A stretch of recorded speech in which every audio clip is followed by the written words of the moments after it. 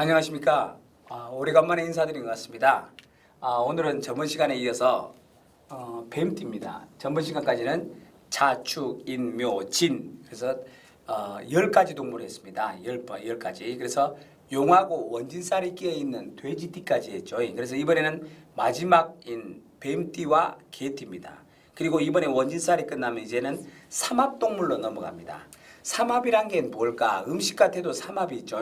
근데 강의를 잠깐 들어가기 전에 말씀드린다면 안타까운 게 좀 있어서 말씀드립니다. 사람들이 사주 명리학을 보고 흔히 점이라고 하는데 점은 아닙니다. 보통 우리가 벌써 이제 보시죠. 동지가 이제 지났으니까 새다 하고 많이들 보러 다니십니다. 근데 생각을 해보십시오. 이 사주 명리학은 점이 아니에요. 점도 두 가지죠. 신내림굿을 받아서 점을 보는 사람들이 있습니다. 영혼적으로. 흔히 그 교회에서는 그분들을 말하기를 흔히 잡신이 들었다 그럽니다. 그래서 흔히 신내림인 귀신들이 하는 것이네 해가지고 뭐 동자신이 있네, 보살신이 있네 해가지고 막 봅니다. 어떤 집을 가면 뭐 장군신이 내렸다고 그러죠. 안 봤은 게 모르고요. 선녀신이 내렸네. 근데 선녀가 뭔 일로 도시까지 옵니까? 옷 찾으러 왔나 봅니다. 근데 바로 그런 귀신들입니다. 근데 귀신들은 이런 풀이를 못하죠. 그냥 영적으로 보는 수밖에. 그리고 동자신 같은 경우는 애기 목소리를 내면서 별의별 일을 다 합니다. 근데 귀신을 쫓는 분들이 계세요. 간혹 중들이 있거나 또는 신부님들도 그럽니다. 팥을 갖고 뿌리죠. 팥이 무엇을 상징하냐면 피를 상징합니다. 피.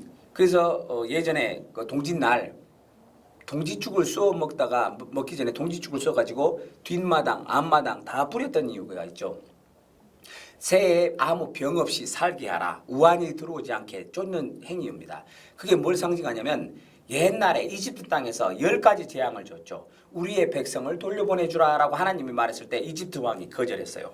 그래서 가서 말했죠. 돌려주지 않으면 너희들에게 재앙을 내리라 해서 10번째 재앙 중에 10가지 재앙 중에 바로 문설주나 문지방에다가 양 피를 바르면 내가 내 백성의 지분주라고 피해가리라 했습니다. 거기에서 내려온 풍습이 묘하게 동짓날에 세시풍습으로 이어지고 그 풍습이 중국을 거쳐 한국에 들어온 겁니다. 근데 사람들은 많은 것을 좀 모르고 있습니다. 왜 팥이냐? 가난한 사람들은 하늘에 제를 지낼 때도 기독교에도 제사법이 있었으니까요. 예, 제사법이 있습니다. 하늘에다 제사를 지냈죠. 그래서 화목제, 번제, 화제 있습니다. 그래서 그 없는 사람들이 제를 지낼 때는 곡식으로 하고 부자들은 양으로 했습니다. 대신. 그래서 양 피가 그 어쩌면 대속의 죄가죠. 그래서 문지방이나 문설주에다가 그 양 피를 발랐던 것처럼 팥이 그 피의 색깔을 대신하기 때문에 대신 뒷마당, 앞마당 여기저기에다 다 뿌렸죠. 왜? 귀신을 쫓는다는 의미로, 액을 쫓는다는 의미로 그랬습니다. 요즘 한참 유튜브에서 나와 있는 말씀이 원진살입니다. 근데 원진살이 뭐냐고 물어보는데 간단해요. 그냥 동물에게도 천적이 있는 것처럼 띠에도 있다. 그럼 마찬가지죠. 그렇게 생각하면 편합니다. 그러니까 이 원진살이 든 분들하고 부부 생활을 한다. 그러면 힘듭니다. 심지어 아내와 남편의 운세도 바뀌어 버릴 수가 있습니다. 전번에 제가 묘신 원진살에서 한번 말씀드렸는데 아내가 불구의 사주인데 남편과 원진살이 들어가니까 생각 없이 남편이 의외로 불구가 되고 여자분은 그대로 성하게 삽니다. 그래서 남편은 다리를 좀 못 쓰게 되었죠. 교통사고로. 바로 그게 원진살입니다. 때로는 운명도 부부간에는 바뀔 수도 있다. 이게 원진살이에요. 그러니까 결혼하기 전에 궁합을 보는 거죠. 궁합을 보는 것도 나쁜 의미는 아닙니다. 유독히 기독교에서는 그걸 금기시하는데 일부 목사님들이 모르시고 하는 말씀이에요. 너무 사주 명리학을 가지고 점이다, 운세다. 그런데 아닙니다. 그 사람의 체질을 분석해내 가지고 그 사람에 맞게 한약재를 지어주는 것입니다. 왜? 신토불이가 사람의 몸과 흙은 둘이 아닙니다. 그러니까 사람도 자연의 일부라 생각하니까 한약재의 원료가 뭐예요? 촉은 목피죠. 초, 풀뿌리나 나무 껍질 등이 한약재입니다. 다 땅에서 나는 것들이죠. 그러니까 사람과 같은 것들이다. 그래서 없는 걸 취해줍니다. 예를 들면 체질 분석하기 위해서 사주 명리학이 나왔어요. 이 사주 명리학이 들어온 건 불교와 함께 우리나라에 들어왔죠. 조선시대 때. 예를 들면 천주교가 우리나라에 들어올 때 함께 들어온 게 의학입니다. 저기 서구에 현대 의학이 들어와야 사람들을 치료해주면서 병을 낫게 해줘야 야, 나 성당 다닐란다, 교회 다닐란다 그랬지 아무런 효과가 없으면 무슨 포교 활동이 필요했겠어요. 그러니까 불교가 들어올 때 한의학과 함께 들어왔는데 한의학에서 가져온 게 사주명리학이에요. 그래서 그 사람의 띠와 달만 보고서도 아, 이 사람은 어떤 체질에 가깝고 체질상 어떤 성격을 지녔으며 어떤 한약재가 이 사람에게는 맞고 몸이 어디가 허한지 나오죠. 왜? 사람은 오장육부요. 이 사주에서도 오행이 있죠. 목, 화, 토, 금, 수. 이 5개가 이 사람의 체질이 분석이 됩니다. 물론 고루하게 들어있는 사람들도 있어요. 하지만 대개 이 5가지로 분석합니다. 그래서 오방색이 나오고 오방이가 나온 거죠. 동서남북 그리고 중앙 오방입니다. 그래서 인간도 오장육부가 있는 것이고 오행에 따라서 운세가 돌고 도는 것입니다. 내년은 경자년 쥐띠해죠. 이제 이미 1월 1일이 넘었으니까 되는데 아직 음력으로는 넘지 않았습니다. 그래서 내년이면 경자년인데 이 경자년과 가장 상극이 되는 동물이 실은 양띠입니다. 근데 양띠는 별 해가 없어요. 쥐띠가 문제지. 왜? 쥐가 안 돌아다니는 곳이 없습니다. 그리고 쥐들의 얼굴은 대개 얼굴이 작아요. 그리고 고랑이 파질 정도로 얼굴이 메말라 있습니다. 몸은 뚱뚱할 망정이 그게 쥐들의 특징이고 못하는 일이 없습니다. 팔방미인격인 가장 아주 재주가 많은 분들이죠. 그리고 완벽주의자들이 많습니다. 쥐띠들 중에는. 그리고 자녀에 대한 욕심이 강하고요. 남편이나 아내에 대한 욕심보다는 자녀에 대한 욕심이 굉장히 강한데 한편으로는 자녀를 못 키웁니다. 왜? 너무 사랑으로 감싸다 보니까 자녀들이 때로는 그 능력을 발휘하지 못하고 무능적으로 가기가 쉽습니다. 무능함으로. 이럴 때는 쥐띠의 엄마나 아빠들은 내가 그랬죠. 자녀들을 가능한 멀리 두어라. 그리고 키워야 이 자녀들이 건강해집니다. 근데 그렇지 않으면 자녀들이 무능해져 버리죠. 이게 되게 쥐띠의 습성을 가진 분들, 쥐띠 음력 11월 태어난 날이 쥐날이 있죠. 달력에 보면 동물 그려진 날, 쥐날 또는 태어난 시간이 자신 분들은 자녀와 조금 멀리 그리운 사랑을 해야 자녀들이 더 잘 큽니다. 그걸 꼭 염두에 두시면 좋죠. 물론 다 그런 것도 아니겠죠. 하지만 되게 그렇다라니까 알아두시고 또한 쥐띠들은 굶어 죽을 일이 없습니다. 굉장히 꼼꼼하고 비상금에 비상금을 감춰놔요. 어쩔 때는 쥐띠들이 집안 정리하다가 감춰놓은 돈이 나옵니다. 이 돈을 어디서 났지? 할 때가 있습니다. 자기가 감춰놓고 자기가 잊어버린 경우죠. 그 정도로 꼼꼼하다는 것. 또한 자녀를 위해서는 다 어디다 저축해 놓습니다. 그걸 찾아내면 행운이겠죠. 그러니까 쥐띠인 분들 자기 성격 알아야 됩니다. 때로는 너무 좀 인색할 때도 많죠. 그리고 자녀들 사이에 편견을 둬버려요. 더 좋아하는 자식, 그렇지 않은 자식. 그러다가 자녀들 간에 싸움이 납니다. 쥐띠나 쥐띠 성향을 가진 분들은 가능한 한 자녀와 거리를 두면서 사랑을 할 것. 그리고 공평한 사랑을 하실 것. 그게 한 가지 좀 주의할 점입니다. 그 쥐띠하고 안 맞는 소위 상극인 띠가 양띠입니다. 왜? 쥐는 돌아다니지 않는 곳이 없이 다 돌아다니는데 단 하나, 양의 우리를 가면 양이 혹시 배설물을 몸에 닿으면 그 몸이 썩어 들어갑니다. 그래서 쥐가 죽고 말죠. 그래 양띠와 쥐띠는 맞지 않는다는 것. 이게 올해 양띠이신 분들은 별로 주의할 필요 없습니다. 쥐띠가 위험한 해지. 그러니까 가능한 한 언제나 그러죠. 좋은 사주는 사주대로 좋지만 안 좋은 사주는 더 좋을 수 있어요. 왜? 안 좋은 사주, 즉 단점을 장점으로 이용할 때는 더 큰 힘이 나옵니다. 그래서 흔히 사주에 보면 그러죠. 또라이 사주라고. 굉장히 독특합니다. 말이 있죠. 되게 그렇게 독특한 애들은 어렸을 때 한 집안에 살아도 유난히 말썽을 피웁니다. 너 때문에 못 살겠다. 차라리 집을 나가거라. 그러죠. 근데 어른들 말씀해 있죠. 버린 놈이 효자 노릇한다고. 대개 그런 경우의 자녀들입니다. 이게 되려면 크게 돼버리죠. 이런 적들이. 근데 묘해요. 성경에 말씀해 있죠. 버린 놈이 버린 돌로 머리돌 되게 하신다고요. 참 묘합니다. 어떻게 조상들이 하시는 모든 속담의 그 말씀들이 성경에 있는 말씀의 규절과 흡사한 게 너무 많고 우리 조상이 예부터 기독교 민족이었구나를 하는 증거가 실은 우리의 실생활에 많습니다. 우리가 몰라서 그렇죠. 저는 책 속에서 많이 그걸 알고 실생활에서도 많이 보았습니다. 마지막으로 오늘 띠별로는 뱀띠입니다. 뱀띠는 은큼하죠. 별로 티를 안 내요. 혓바닥만 낼름낼름하지. 단 이 쥐띠들은 분위기 파악을 합니다. 몸으로 느끼는 게 뱀이고 혀로 느끼는 혀끝으로 분위기와 온도와 모든 걸 느끼는 게 이 뱀입니다. 단 아담과 하와 에덴 동산에서 아담과 하와를 꼬셨던 게 바로 이 뱀입니다. 그래서 뱀은 말을 잘한다 그러죠. 두 번째, 유혹을 잘한다 그래요. 그 또한 뱀띠를 가진 여성이나 남성들은 유독히 좀 섹시합니다. 이게 여성이면 여성스러운 멋을 좀 가지고 있죠. 차분하니. 옛날 그 허준에서인가요? 드라마에서 나왔던 황정숙이던가? 어떤 그 탤런트 있었죠. 여성 탤런트. 바로 그런 분위기예요. 겉으로 볼 때는 차분하게 조용합니다. 근데 뱀띠들이 생각이 많죠. 예, 그리고 말을 잘합니다. 그리고 불의 성질, 불기운을 많이 가지고 있어요. 불기운. 이게 뱀입니다. 근데 뱀은 피부는 좀 안 좋을 망정 머릿결이 좋고 명석한 두뇌와 언변술에 굉장히 능합니다. 그러니까 방송국 나레이터나 아나운서, 그 다음에 해설사 이런 일이 참 어울리는 일입니다. 그리고 번역사도 맡고요. 그러니까 외국어를 잘하죠. 근데 이 뱀하고 상극인 동물이 있습니다. 뱀은 되게 혼자 자기가 꿍하고 있을 때가 많았습니다. 그리고 혼자 하는 일을 좋아합니다. 독자적으로 의외로 뱀들이 조용하긴 하나.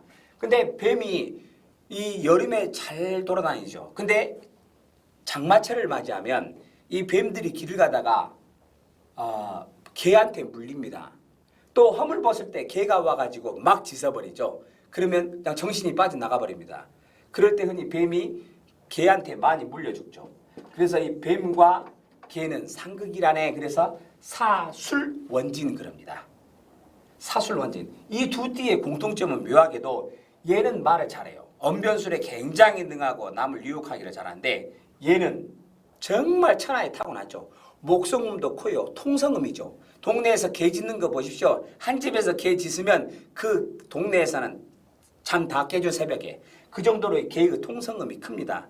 그래서 사술원진이 든 사주는 대개 약간의 역막 기운이 들었어요. 그러니까 옛날 같으면 관광버스 안내양, 그러면 좋게 표현하면 비행기 스튜어디스, 예, 아니면 큰 유람선의 안내원들, 배단. 그래서 말을 주로 하는 일을 할 것. 또 하나 가르치는 일을 잘합니다.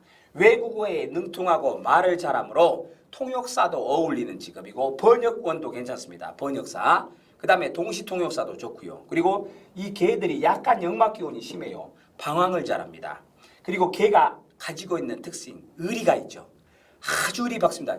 주인을 위해서는 목숨까지 버리는 게 개띠입니다.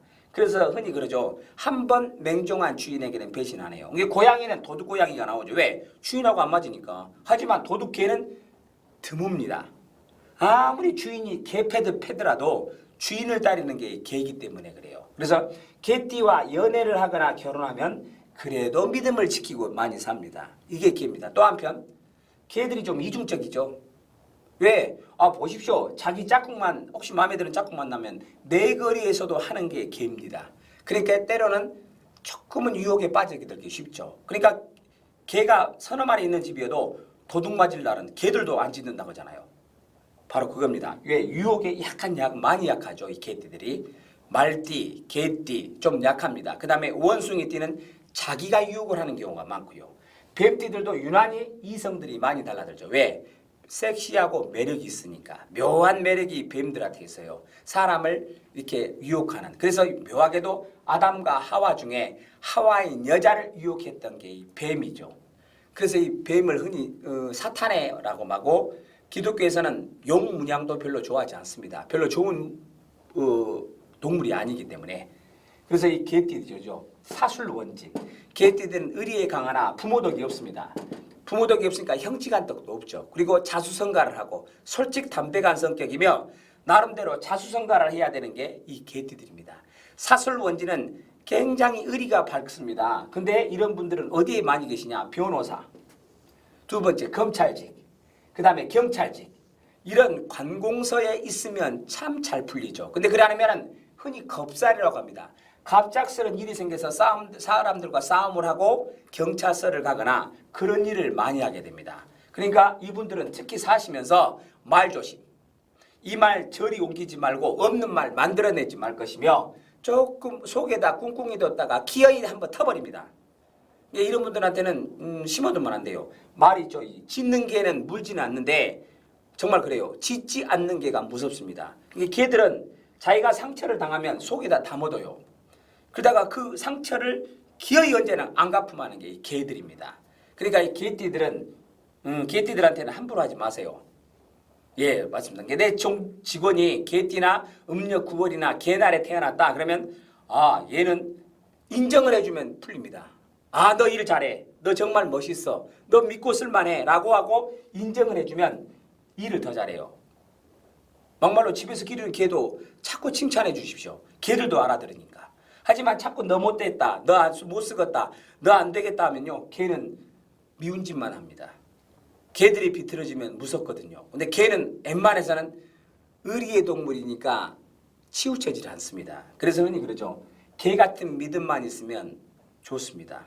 한 번 믿으면 떨어지지 않으니까요. 또 하나, 집안을 지키는 놈입니다.